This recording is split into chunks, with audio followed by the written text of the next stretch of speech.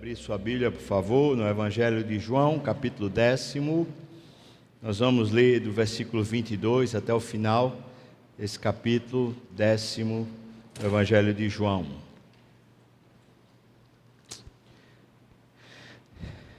Então, esse texto faz parte de um contexto um pouco maior. Desde quando Jesus tinha feito um milagre, ele tinha curado um cego de nascença, que rompeu-se uma grande discussão a respeito de Jesus, de quem era Jesus. Então, Jesus diz que veio para juízo, a fim de que os que não veem, vejam, e os que veem, não vejam. O juízo, portanto, de Cristo, nesse momento, é um juízo espiritual, dando vistas a pessoas que são incapazes de perceber o agir de Deus, para crerem em Deus e assim serem salvos. Então é um juízo de salvação. Por outro lado, é um juízo também que faz com que pessoas que são meramente religiosas, que conhecem muito bem a praxe da religião, conhecem também as Escrituras, mas não amam nem servem de fato a Deus, sejam condenados pela presença dele. Ele diz que veio para que esse juízo acontecesse, ou seja, aqueles que aparentemente não sabem, não conhecem nada sobre Deus, finalmente despertem e possam assim segui-lo e servi-lo. Mas também um juízo para aqueles que, estando no meio da religião, supostamente sabem, supostamente seguem, supostamente servem, mas de fato não fazem isso de coração. Então venha o juízo de Deus sobre elas, e elas sejam condenadas eternamente ao inferno. Quando chega no capítulo 10, Jesus diz que é a porta das ovelhas, depois ele diz que é o pastor das ovelhas, e traz uma condenação sobre os escribas e fariseus, dizendo que eles são mercenários, ladrões e lobos. E fala que eles estão ali apenas para matar, roubar e destruir. Ou seja, esses líderes religiosos que não de fato servem a Deus, que não têm de fato piedade no coração e vivem pela fé no Filho de Deus, terminam sendo o principal empecilho para o povo de Deus. São enganadores, roubadores, pessoas que não entram pela porta, ou seja, não entram pela vocação de Cristo, não são chamados por Cristo, mas se auto-intitulam pastores, se auto-intitulam de alguma maneira líderes, e terminam por devorar as ovelhas e destruí-las com a sua perdição. Nesse processo, é claro que aqueles que eram fariseus e escribas no momento se sentiram muito ofendidos, estavam de fato querendo ver uma ocasião para matar Jesus. O texto segue então nesse ponto que a gente está aqui. Versículo 22, por favor, diz assim para nós. João 10, a partir do versículo 22. Celebrava-se em Jerusalém a festa da dedicação. Era inverno. Jesus passeava no templo, no pórtico de Salomão. Rodearam-no, pois, os judeus e o interpelaram: até quando nos deixarás a mente em suspenso? Se tu és o Cristo, dize-o francamente. Respondeu-lhe Jesus: já vos-lo disse e não credes? As obras que eu faço em nome do meu Pai testificam a meu respeito. Mas vós não credes, porque não sois das minhas ovelhas. As minhas ovelhas ouvem a minha voz, eu as conheço e elas me seguem. Eu lhes dou a vida eterna e jamais perecerão, e ninguém as arrebatará da minha mão. Aquilo que meu Pai me deu é maior do que tudo, e da mão do Pai ninguém pode arrebatar. Eu e o Pai somos um. Novamente pegaram os judeus em pedras para lhe atirar. Disse-lhe Jesus: tenho-vos mostrado muitas boas obras da parte do Pai. Por qual delas me apedrejais? Responderam-lhe os judeus: não é por obra boa que te apedrejamos, e sim por causa da blasfêmia, pois sendo tu homem, te fazes Deus a ti mesmo. Replicou-lhe Jesus: não está escrito na vossa lei, eu disse, sois deuses? Ora, se ele chamou deuses aqueles a quem foi dirigida a palavra de Deus, e a Escritura não pode falhar, então daquele a quem o Pai santificou e enviou ao mundo, dizeis, tu blasfemas, porque declarei, sou filho de Deus? Se não faço as obras de meu Pai, não me acrediteis. Mas se faço e não me credes, crede nas obras, para que possais saber e compreender que o Pai está em mim e eu estou no Pai. Nesse ponto, procuravam outra vez prendê-lo, mas ele se livrou das suas mãos. Novamente se retirou para além do Jordão, para o lugar onde João batizava no princípio, e ali permaneceu. E iam muitos ter com ele e diziam, realmente João não fez nenhum sinal, porém tudo quanto disse a respeito de Jesus, era verdade. E muitos creram em Jesus, creram nele. Vamos orar, irmãos. Senhor, quando eu olho para esse texto, eu vejo tantos mistérios profundos que eu não sei explicar, mas que o Senhor tem ensinado a mim. Eu não tenho capacidade, Senhor, de poder falar aqui para os meus irmãos aquelas verdades mais profundas que o Senhor tem dado ao meu coração. Mas eu me humilho diante de Ti, Senhor, porque sei que Tu és o único capaz de ensinar a Tua palavra. O Senhor é o único capaz de fazer Teus filhos aqui presentes serem instruídos pela Tua palavra. Por isso, Pai, não quero me fiar em absolutamente nada do que já sei, mas quero ser usado pelo Senhor com o Seu poder e a Sua graça. Faz, Senhor Deus, clara a Tua revelação. Te revela um pouco mais a nós hoje e nos abençoa aqui nesse momento. Eu te peço isso, Senhor, no nome de Jesus. Amém e amém. O texto diz que celebrava-se em Jerusalém uma festa que não fazia parte do calendário de Moisés, mas uma festa que foi introduzida naqueles 400 anos de silêncio escriturístico.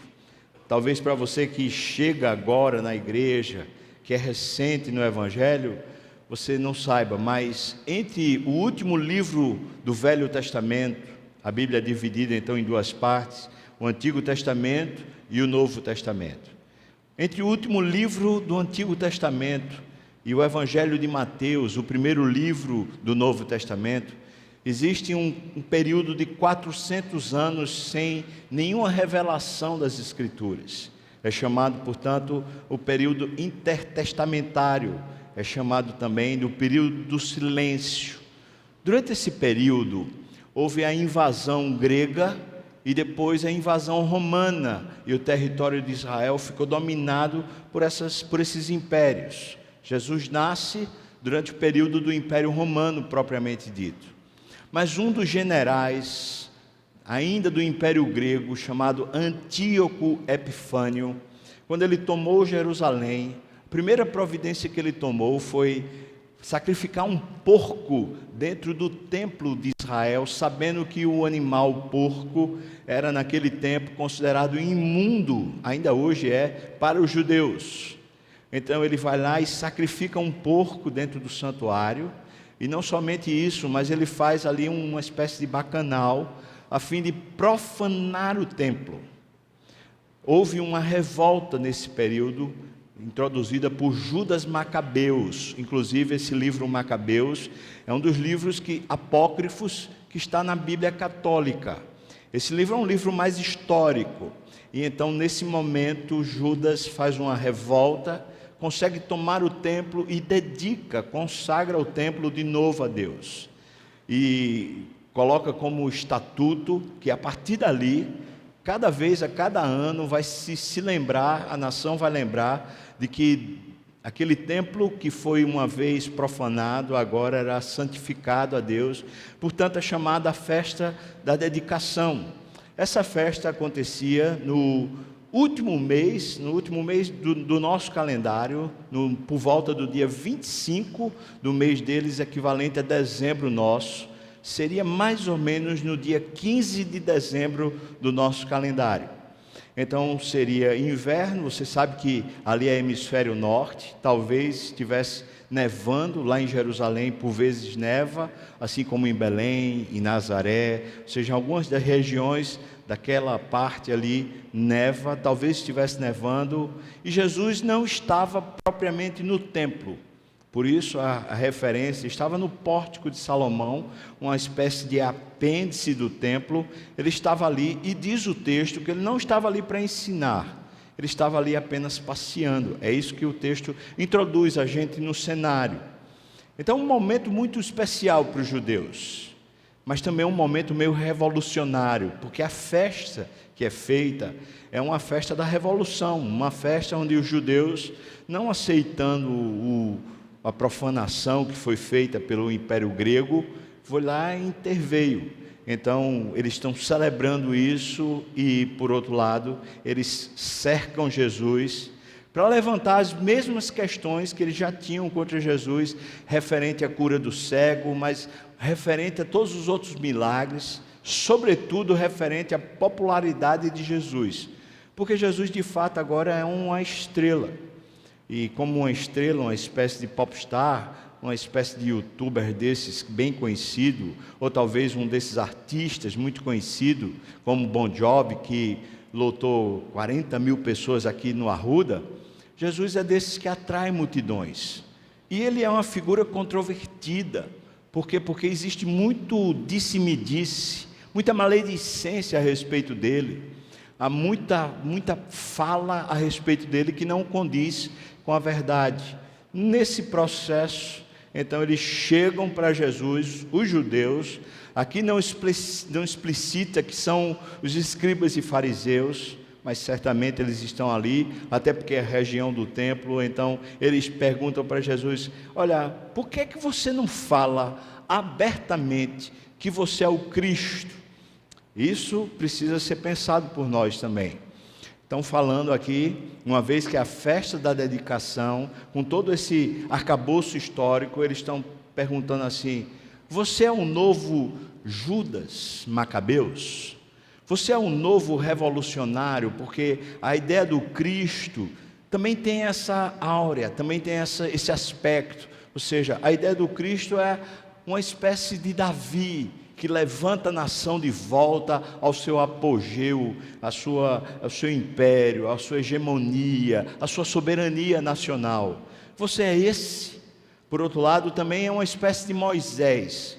O Cristo que era esperado no Novo Testamento seria um misto, uma figura misturada entre Davi e Moisés. E seria uma aparência de Elias, ou seja, um negócio meio estranho, mas seria um rei, como Davi foi, que trouxe a hegemonia e a soberania nacional. Seria também uma espécie de Moisés, libertador do cativeiro, e por outro lado seria um profeta da monta de Elias, que desafia qualquer reino e qualquer império que haja contra Deus. Era isso a expectativa do povo, eles estavam assim. Então eles perguntam: você é o Cristo? Por que você não fala abertamente a respeito disso? Então Jesus diz para eles: o que vocês estão querendo mais? O problema não é se eu digo ou se eu não digo, o problema não é o que vocês estão vendo ou não estão vendo, o problema é que vocês não querem crer. Veja o que está aqui no versículo 25. Ele diz: as obras que eu faço em nome do meu Pai já estão testificando a meu respeito. Essa não é a primeira vez que Jesus fala a respeito disso. Jesus já tem falado isso no Evangelho de João pelo menos 4 vezes. Ou seja, Jesus vem chamando a atenção do povo e das autoridades também, que era só observar o que ele fazia. Entretanto, existe um aspecto aqui que é distinto dos revolucionários. Jesus diz as obras a respeito do Pai. Veja que ele diz assim: as obras que eu faço em nome do meu Pai. Existe aqui um aspecto hebraico muito interessante. Claro, foi escrito em grego, eu não estou contradizendo isso, mas você vai lembrar que a mentalidade de Jesus e a mentalidade de João é uma mentalidade hebraica. Por isso ele escreve em grego, mas com a cabeça hebraica. E aí ele pega e diz isso aqui, ele diz: as obras que eu faço em nome do meu Pai. Essa expressão, em nome do meu Pai, quer dizer, eu faço como sendo Ele. O judeu que é judeu, não está lá ouvindo isso, fala assim: como assim? Você está fazendo as obras como se você tivesse uma autenticação do seu Pai, de Deus? Você faz em nome dEle, ou seja, Ele é quem está assinando embaixo as suas obras? A autoria é dEle, não é você que faz? E isso revolta eles, porque quando Jesus usa essa expressão para os circunstantes, está claro, Ele está se fazendo igual a Deus. E isso é um absurdo na perspectiva deles. Ora, quem é que pode se fazer igual a Deus? É aqui que a gente tem um arcabouço muito profundo das Escrituras. É aqui que a gente se perde quando a gente não conhece o Velho Testamento. Porque o que Jesus está remetendo, está trazendo, é o que de fato aconteceu na criação. Quando Deus criou o homem e a mulher, Ele os criou à imagem de Deus e semelhança de Deus. Ou seja, o homem e mulher não foram criados para ter um tipo de ação, um tipo de vida protagonizada pelo próprio espírito humano, mas eles foram feitos, nós somos feitos para que nós sejamos na terra, essencialmente a visibilidade do Deus invisível. Ou seja, nós éramos para nós fazermos o que Deus está fazendo, como um reflexo de Deus, e não como sendo um protagonismo nosso. Eu sei, irmãos, que isso é uma coisa extremamente profunda para a gente entender. E na maioria dos casos, a nossa fé, a nossa teologia se perde aqui. Porque nós não entendemos que a nossa relação com Deus é uma relação intrínseca da nossa natureza. Nós achamos que a relação com Deus é o nosso protagonismo, é o que fazemos para Deus que denota a nossa relação com Deus. Mas não é assim. Quando fomos feitos por Deus, naquilo que somos, ou seja, aquilo que é intrínseco à nossa natureza humana, nós fomos feitos como reflexo de Deus, imagem de Deus. Ou seja, Deus se faz visível, ou se faria visível na terra, através das nossas obras. Está andando, então é Deus andando. Não porque você seja Deus, não porque você é Deus, mas é porque Deus fez você ser a imagem dEle. É como a ideia, talvez para tentar clarear um pouco, é como a ideia da lua. A lua não tem luz própria. Quando ela aparece iluminando o sol, ela apenas reflete a luz do sol. Quando ela reflete a luz do sol, nós olhamos para ela e conseguimos ver. E se a gente tiver sabedoria, entendimento, a gente diz: eu estou vendo a luz do sol na lua.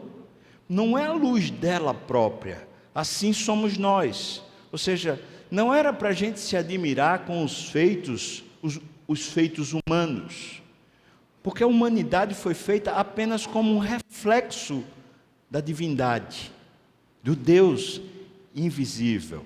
E é por isso, quando você foi feito boneco de barro, lá no Éden, Deus soprou o Espírito dele em você, para que você seja alma vivente, ou seja, você é o Espírito de Deus feito gente, para viver e expressar a presença de Deus na natureza.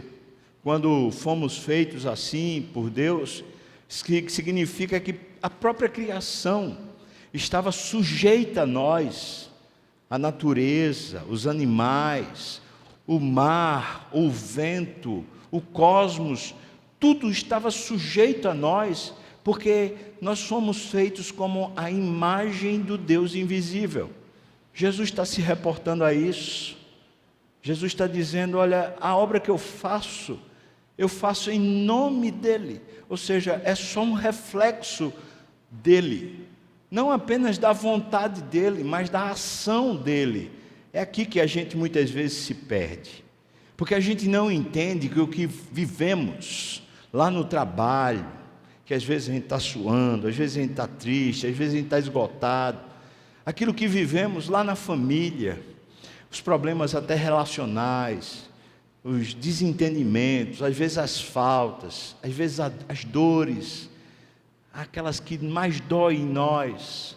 Às vezes nós não entendemos que nós estamos aqui não para simplesmente fazermos coisas para Deus, mas para sermos a visibilidade do Deus invisível. Nós somos coletivamente o corpo de Cristo. Hoje à tarde eu vou pregar sobre isso, seguindo lá o texto de Coríntios, 1 Coríntios capítulo 12. Então chamo você para estar aqui, quem sabe participando conosco na série sobre 1 Coríntios. Mas nós entendemos isso. Coletivamente nós somos corpo de Cristo. Mas diz lá o texto, individualmente nós somos membros desse corpo.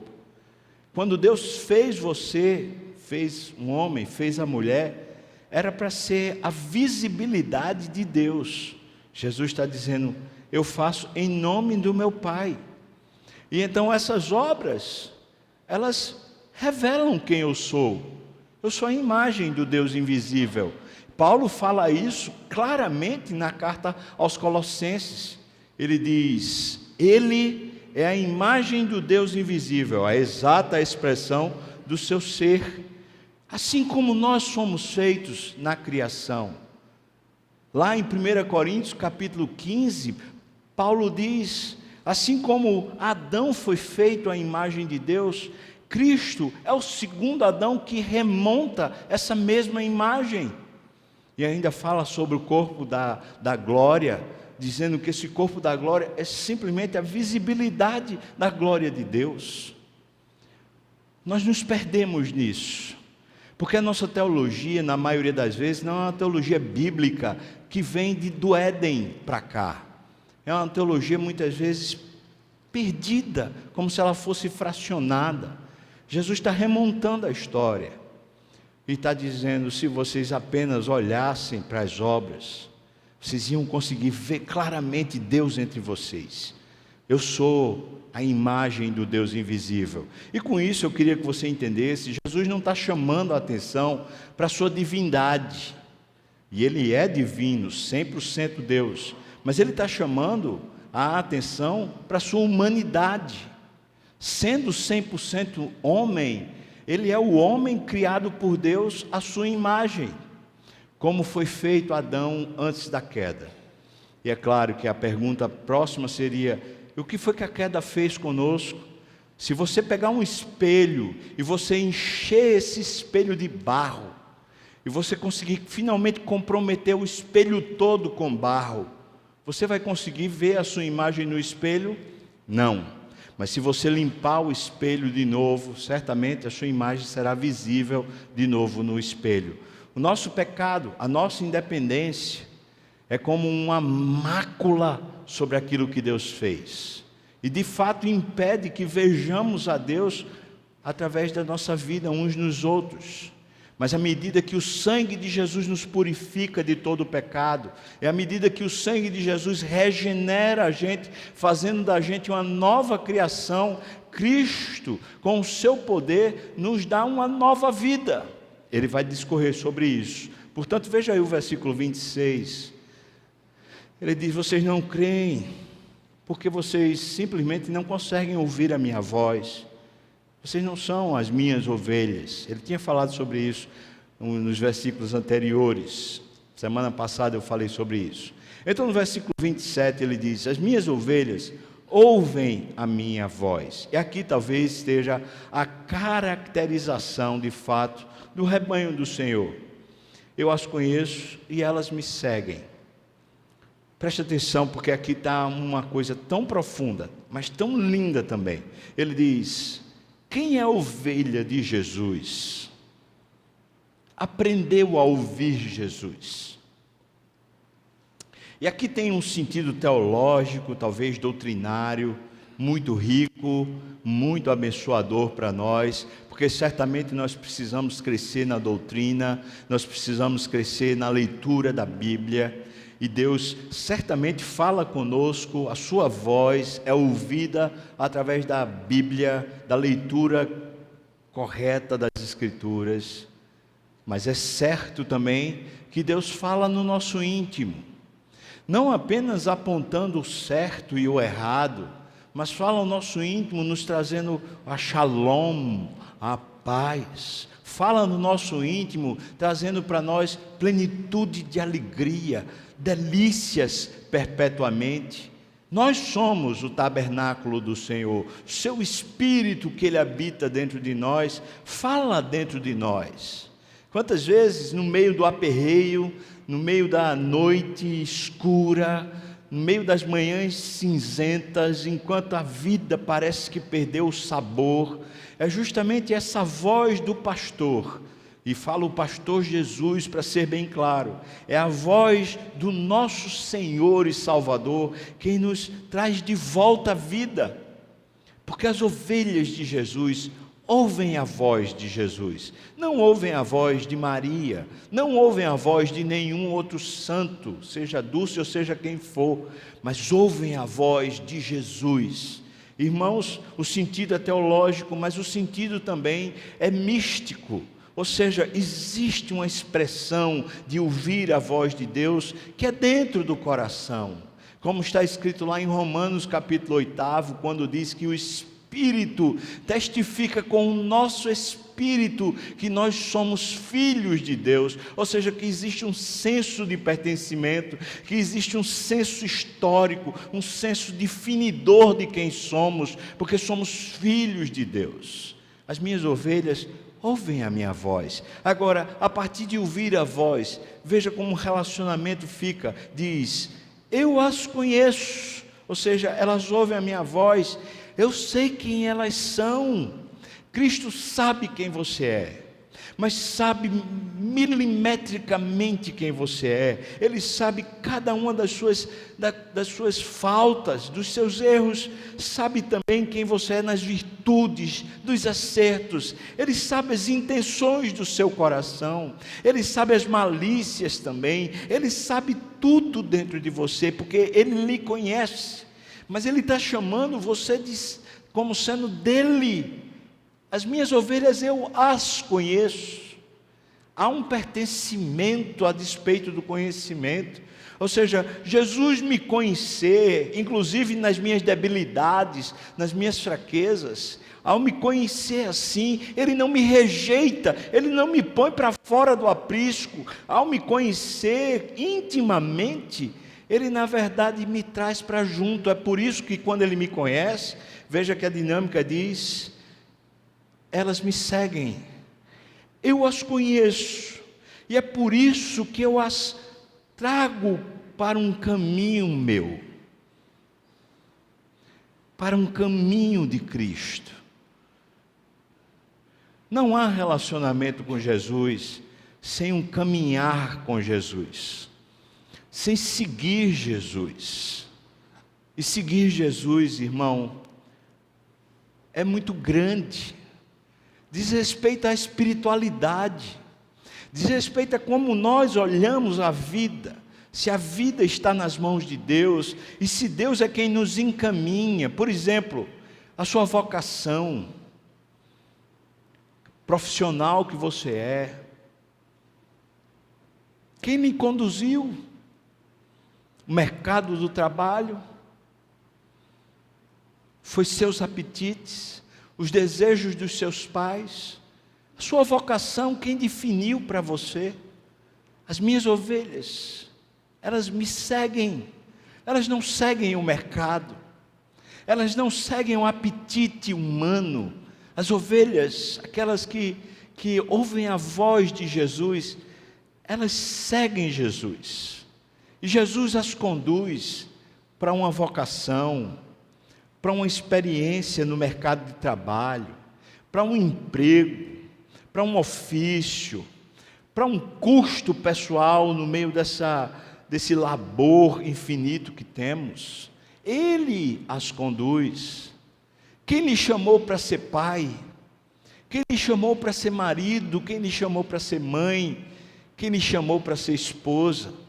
Isso é vocação. Paulo trata assim quando ele escreve aos Coríntios. Ele diz que alguns não foram chamados para se casar, e é bom que permaneçam como estão. Ou seja, alguns foram chamados para serem celibatos. Quem os chamou para ser celibato? Quem chamou você para casar? Foi o quê? Foi o seu nervosismo, a sua ansiedade? Foi a sua insegurança? Foi a sociedade cobrando de você? Ou foi a voz do pastor? Porque as minhas ovelhas ouvem a minha voz e elas me seguem. Eu conheço elas. Eu sei o que elas precisam. Eu sei que agora elas precisam de um emprego, agora elas precisam de uma vocação, agora elas precisam de um casamento, agora elas precisam não casar. Eu as conheço e elas me seguem. Assim está posta a relação entre nós e Jesus. Uma relação de pertencimento, mas uma relação de definição de jornada. Não somos nós quem nos guiamos, nem absolutamente nenhuma força na terra seria capaz de guiar e conduzir aqueles que são salvos. Nós somos conduzidos e guiados por Jesus. Então ele segue e fala para nós aqui no versículo 28. O que aconteceu com elas foi que eu lhes dei a vida eterna. Elas jamais perecerão e ninguém as arrebatará da minha mão. Se você puder, eu queria que você entendesse o que é vida eterna nessa manhã. Abra sua Bíblia, por favor, lá em Gênesis, no primeiro capítulo, por favor. Dê uma olhada. Veja como Deus fez isso. Quando Ele introduz a ideia de eternidade, veja como Ele faz. No capítulo 1 de Gênesis, no versículo 5, Ele diz, já no finalzinho do versículo 5, Ele diz, houve tarde e manhã o primeiro dia. Depois no versículo 8, finalzinho, ele diz, houve tarde e manhã o segundo dia. Depois no versículo 10, ele diz, e viu Deus que isso era bom. No versículo 12, mais uma vez no finalzinho, ele diz, e viu Deus que isso era bom. Agora no versículo 13, ele diz, houve tarde e manhã o terceiro dia. Agora versículo 18, no finalzinho, e viu Deus que isso era bom.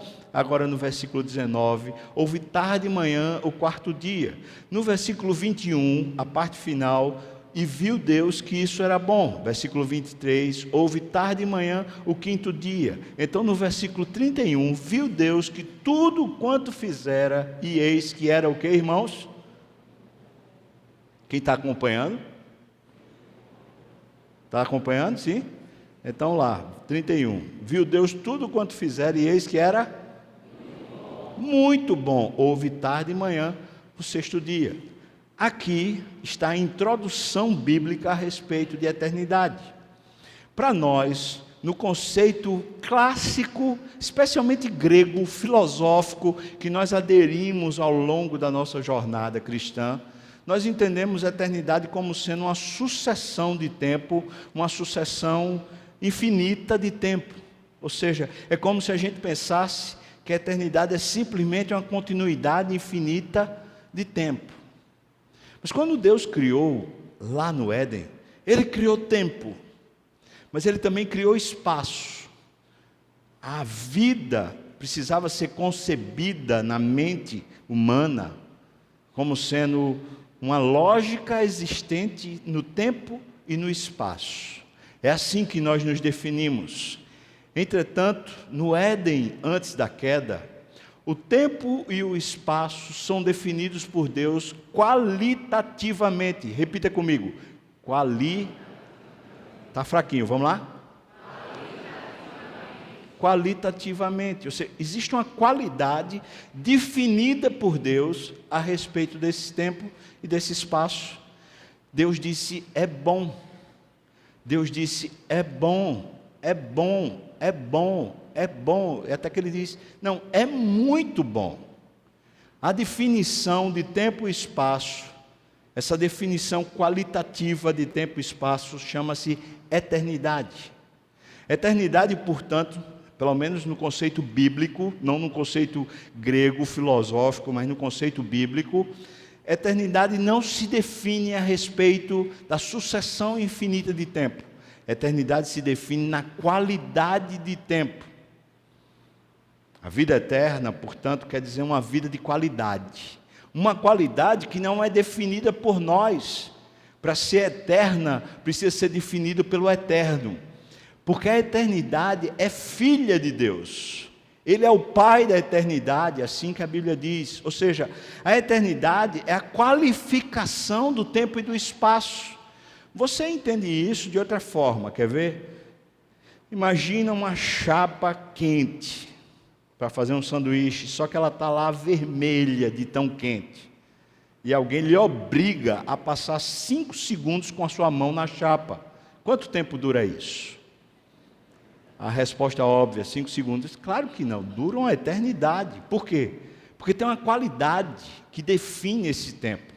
Esses 5 segundos, ele ganha uma outra perspectiva muito maior do que simplesmente o tempo e o espaço. Deus, quando fez a gente, Ele fez a gente para a gente ser, por Ele definido sobre o que é bom e o que é mal.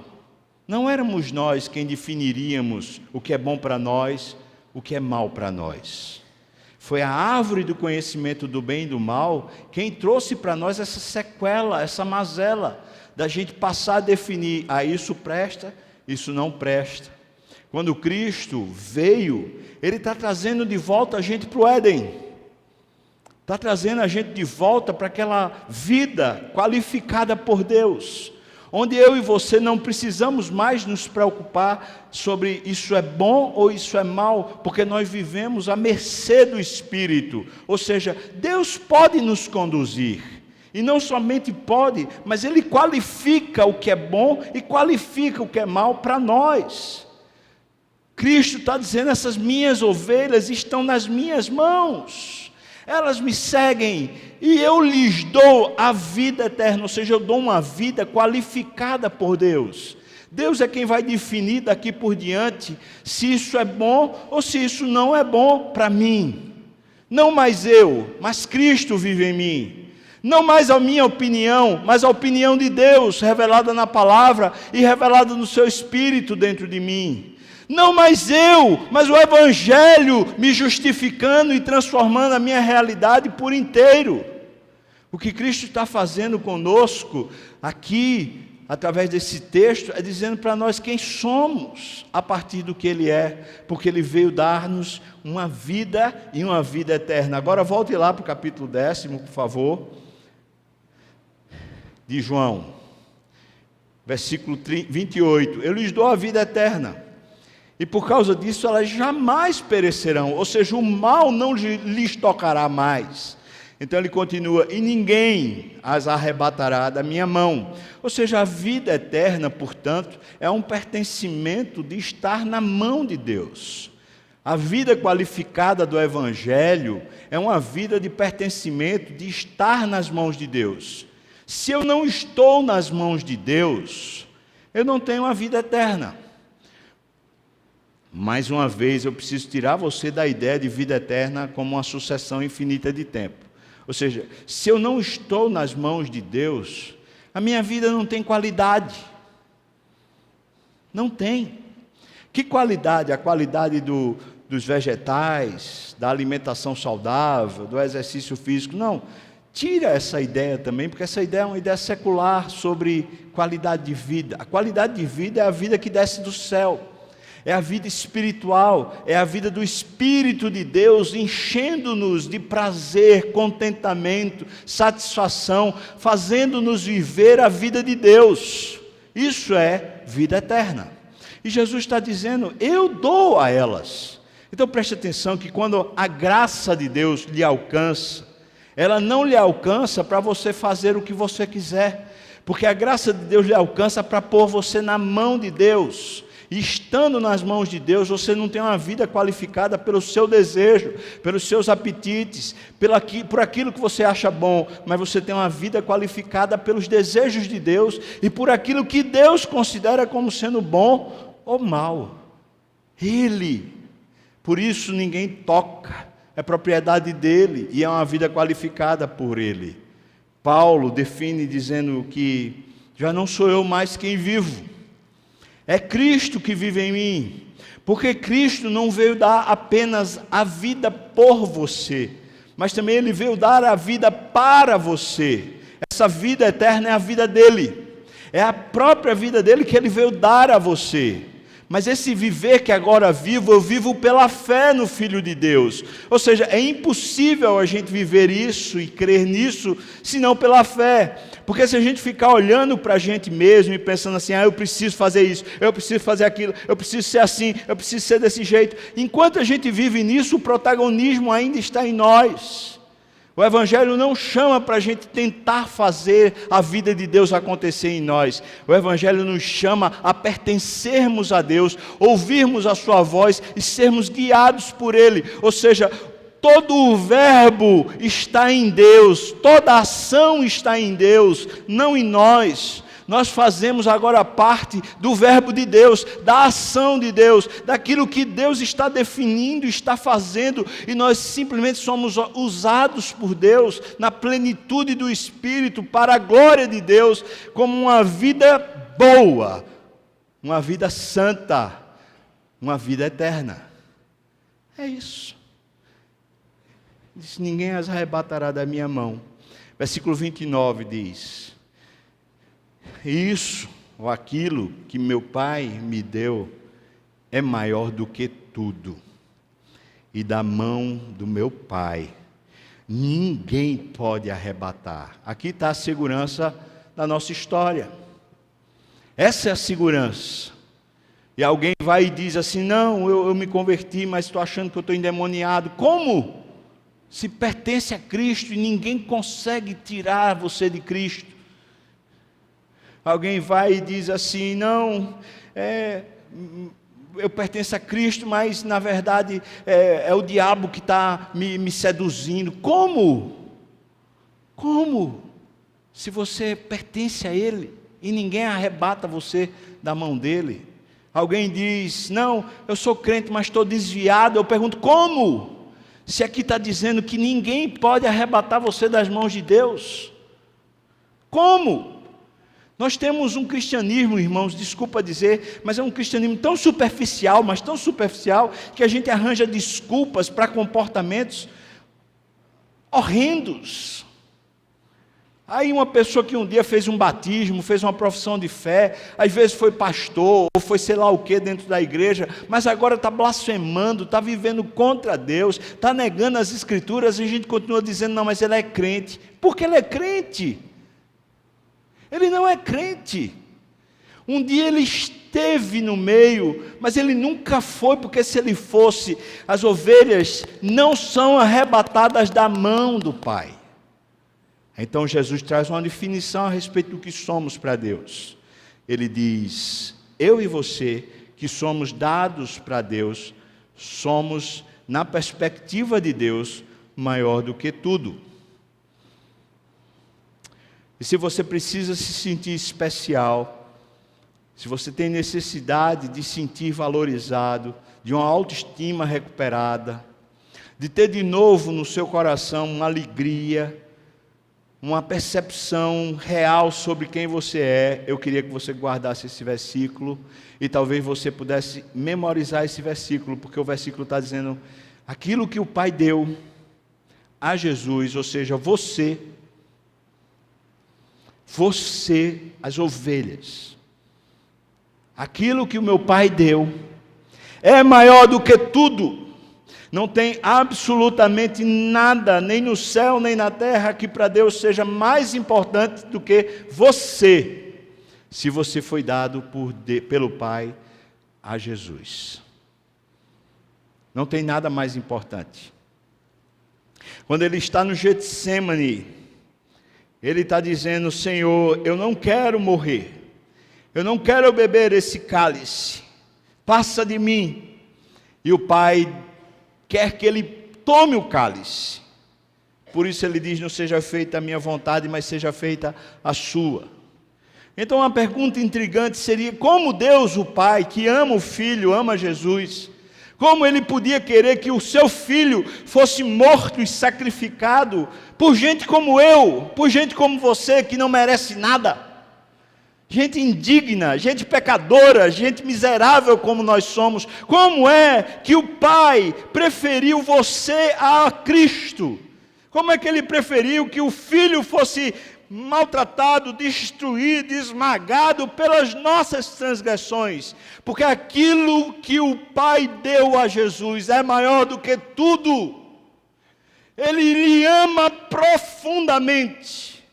E isso é o senso de pertencimento. O senso de pertencimento, portanto, não é você ser obrigado a absolutamente nada por lei ou por regra, mas é esse constrangimento interno de pertencer a Deus e dizer: como eu posso me negar a Deus em qualquer instância? Como eu posso não me doar a Deus em qualquer nível? Como é que eu posso faltar com Deus em qualquer questão? Porque afinal de contas Ele me deu o Filho dele. Ele me considerou maior do que tudo. Portanto, preste atenção, irmão. Não é que sejamos, de alguma maneira, por nós mesmos, intrinsecamente valiosos. Mas esse é um valor atribuído. E você pode entender isso quando você, por exemplo, tem um objeto. Imagina você receber uma pintura do seu filho, mamãe lá. Primeira pintura que seu filho botou lá, quando conseguiu escrever alguma coisa, botou assim: amo você, mamãe, talvez até de forma, com a grafia errada. Aí você guardou aquele quadro. Aquilo é para você um tesouro, não tem valor comercial. Aquilo, diante de, diante de qualquer especialista, diante de qualquer mercado, não vale nada. Mas existe um valor para você, e esse valor quem dá é você, aquele objeto. É um valor atribuído, não um valor intrínseco ao objeto, mas valor atribuído. Deus resolveu dar um valor a você. É um valor atribuído, não é o valor intrínseco que temos, mas Ele resolveu nos dar esse valor, e esse valor é imenso, é maior do que tudo. Então, o versículo 30, ele fala: eu e o Pai somos um. E aqui está essa teologia tão profunda, porque o que ele está afirmando quando diz eu e o Pai somos um, ele está dizendo: quando você olha para mim, você está olhando para o Pai. Do mesmo jeito que Adão, quando foi feito, imagem de Deus, quando o leão olhava para Adão, estava vendo Deus. Quando o crocodilo olhava para Adão, estava vendo Deus. Agora Jesus está dizendo: é assim, eu e ele, nós somos um. Então, segue, versículo 31, os judeus pegam em pedras para atirar Jesus, e então Jesus diz: qual é o problema? Eu fiz alguma coisa que está errada, porque eu tenho feito boas obras, e por qual delas vocês vêm me apedrejar? Aí veja a resposta dos judeus, versículo 33. Não é por boas obras, mas é porque você blasfema. Qual era a blasfêmia que eles estavam atrelando a Jesus? Ele diz: pois sendo tu homem, te fazes Deus a ti mesmo. E mais uma vez eu quero lembrar-lhes, Jesus é Deus e 100% Deus, mas aqui na terra ele está vivendo como homem, 100% homem. E o que os judeus estão dizendo é que ele está trazendo uma dimensão da humanidade para a divindade. E eles estão falando: isso é blasfêmia. Que ponto sensível. Talvez desavisadamente, sem a gente entender o que vem do Éden para cá, a gente diria: os judeus têm razão, porque eles estão vendo um homem, e ao verem um homem, eles estão dizendo: você se faz como Deus, então você está blasfemando. Aí veja o versículo 34, Jesus responde: olha, eu não estou fazendo nada novo, essa teologia não vem logo de mim, mas veja, não está dito na lei, eu disse, vós sois deuses? É o Salmo 84 que a gente leu. Por favor, dê uma olhada no Salmo 84 aí. Desculpa, Salmo 82, versículo 6. Veja o que diz. Eu disse, sois deuses, sois todos filhos do Altíssimo. É no sentido do pertencimento, da filiação, é que se cria a identidade. Os judeus sabem disso.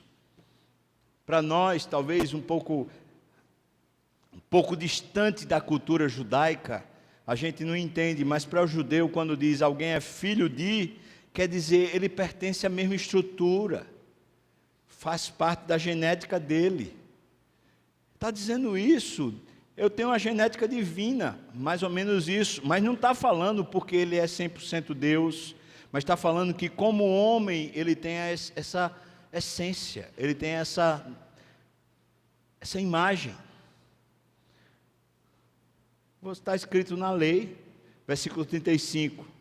Se ele chamou deuses aquele a quem foi dirigida a palavra de Deus, e a Escritura não pode falhar, então daquele a quem o Pai santificou e enviou ao mundo, ou seja, se Deus fez isso comigo, por que é que vocês dizem que eu blasfemo?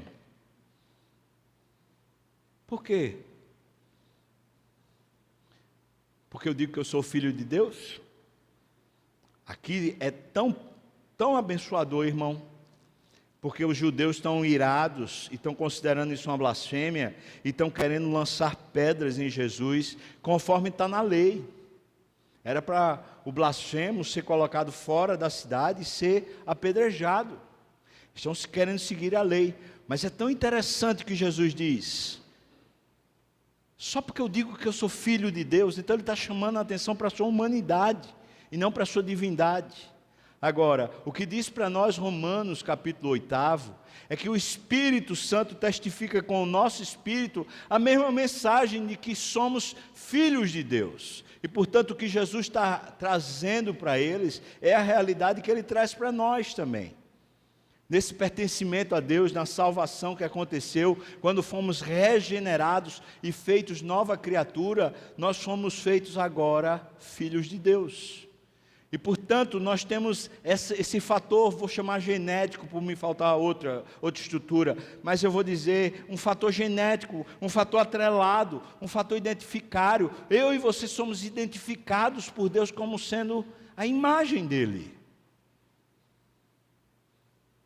Deus na terra, não porque somos deuses, e não fomos transformados em deuses, mas porque à medida da imagem de Deus, quem olha, vê Deus. Pelo menos assim deveria ser.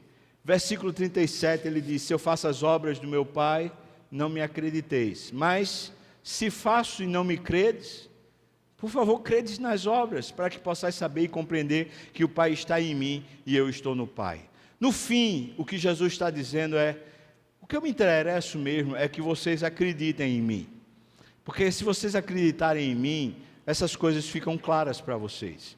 Mas enquanto vocês não acreditarem em mim, nem adianta. A gente está discutindo aqui coisa que não vai para canto nenhum. Porque só quando vocês finalmente crerem, é que essas coisas vão ser reveladas para vocês de verdade. Daí por diante, nesse ponto, eles querem prendê-lo, Jesus se retira, vai para o lugar onde João batizava, versículo 40.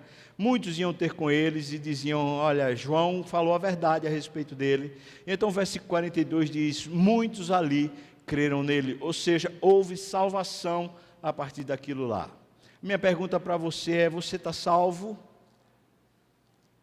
Você crê na obra de Cristo realizada na cruz, que transformou você? Você foi tirado das trevas e foi transportado para o reino de Deus. Você crê que você é uma nova criatura, feita em Cristo Jesus, segundo Deus? Você crê que hoje você é a imagem do Deus invisível, porque você foi feito de novo à imagem do seu Filho, conforme está em Romanos capítulo 8, versículos 28 e 29.